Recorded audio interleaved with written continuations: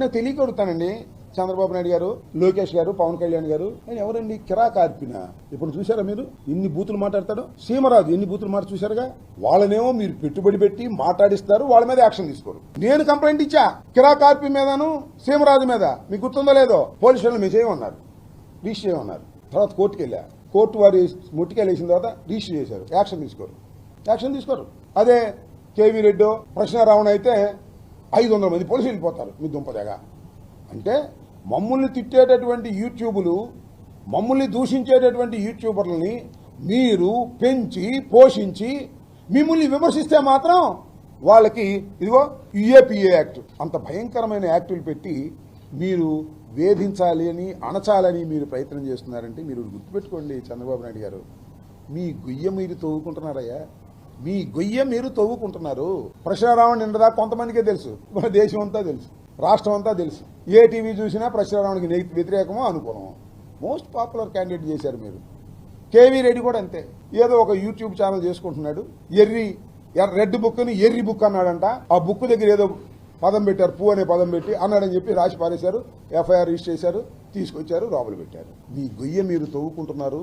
ఎంత చెట్టుకు అంత గాలిలాగా, ఎంత క్రైమ్కి అంతే కేసు ఉండాలి. ఎక్కడ కేసులే బాబు నాకు తెలియగలుగుతాను. ఇంతంత కేసులు పెడితే సమాజం మిమ్మల్ని అంగీకరిస్తుందా చెప్పమని ఈ సందర్భంగా నేను మనవి చేస్తున్నాను. అన్నిటికన్నా మించి ఏంటంటే పోలీస్ స్టేషన్ ఉంటే పార్టీలో వెళ్ళిపోతారండి. మాకు అప్పచెప్పమంటున్నారు పోలీస్ స్టేషన్లో.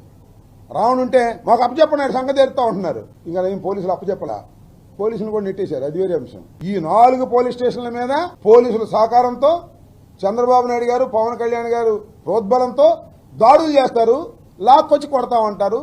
పోలీసులు చూస్తూ ఊరుకుంటారు, కేసులు పెట్టరు.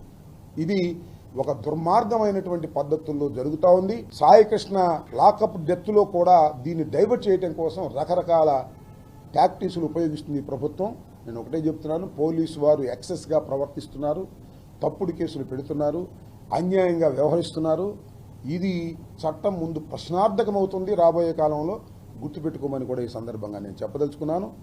రావణకు కానీ లేదా కేవీఆర్ కానీ మరొక సోషల్ యాక్టివిస్ట్కి కానీ ఎవరికైనా సరే వైఎస్ఆర్ కాంగ్రెస్ పార్టీ తప్పనిసరిగా వారికి అండగా ఉంటుంది. కారణం ఒక్కటే, ఇల్లీగల్గా బిహేవ్ చేస్తుంది ప్రభుత్వం, పోలీసు యంత్రాంగం.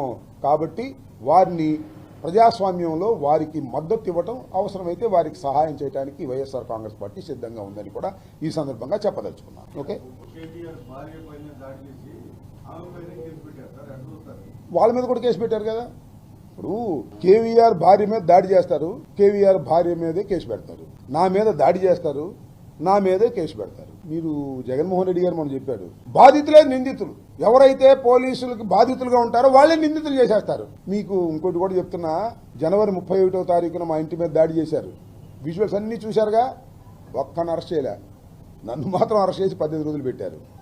వాళ్ళందరినీ అరెస్టు చేయాలని, వారి మీద యాక్షన్ తీసుకోవాలని ఈ నెల 29వ తారీఖున మా ఇంటి దగ్గర నుంచి బయలుదేరి డీజీపీ ఆఫీస్కి వెళ్లి వినతి పత్రం ఇవ్వబోతున్నా. అదొక కార్యక్రమం.